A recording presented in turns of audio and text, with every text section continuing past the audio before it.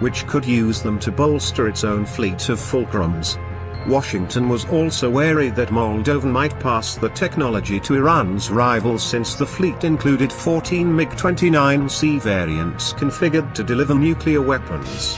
So in 1997, the United States deployed its most powerful tool to get the MiG-29S for itself. That tool was money. Washington bought 21 of the MiG-29S, including 14 C models, 1 B model and 6 A models, and flew them in pieces on C-17 transport planes to Dayton, Ohio. Not only was purchasing the jets a good way of ensuring they did not end up in Tehran's hands, it gave Washington an opportunity to inspect one of the most sophisticated Soviet jets ever built. In exchange, Moldova received $40 million in humanitarian assistance, some army trucks and other non-lethal equipment. Moldova sold the rest of its air force to Eritrea and Yemen. The newly American MiG-29S would largely disappear into a maze of testing squadrons, intelligence centers and U.S. Air Force exploitation facilities, according to Air and Space magazine. The MiG-29 was a maneuverable, deadly aircraft for its time.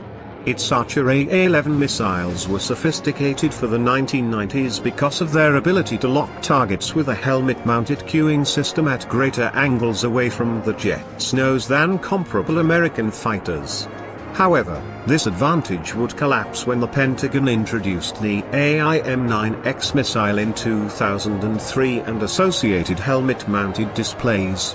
The Fulcrum further lacked the avionics and information management systems to tell the pilot what was going on outside the airplane, or where they were.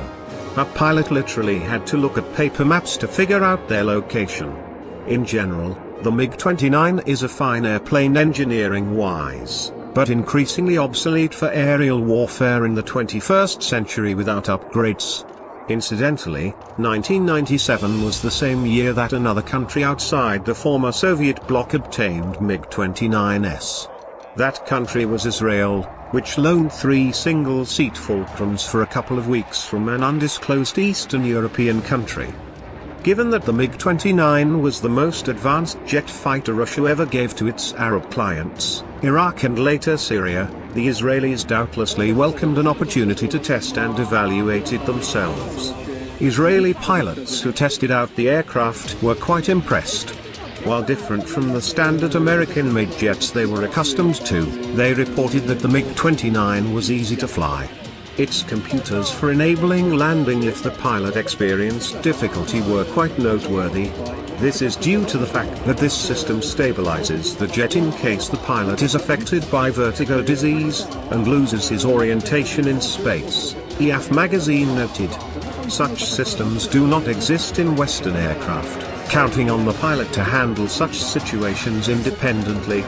One test pilot concluded that the Fulcrum's abilities equals and sometimes even exceeds those of the F-15 and F-16 jets. The aircraft is highly maneuverable, and its engines provide higher weight-to-thrust ratio.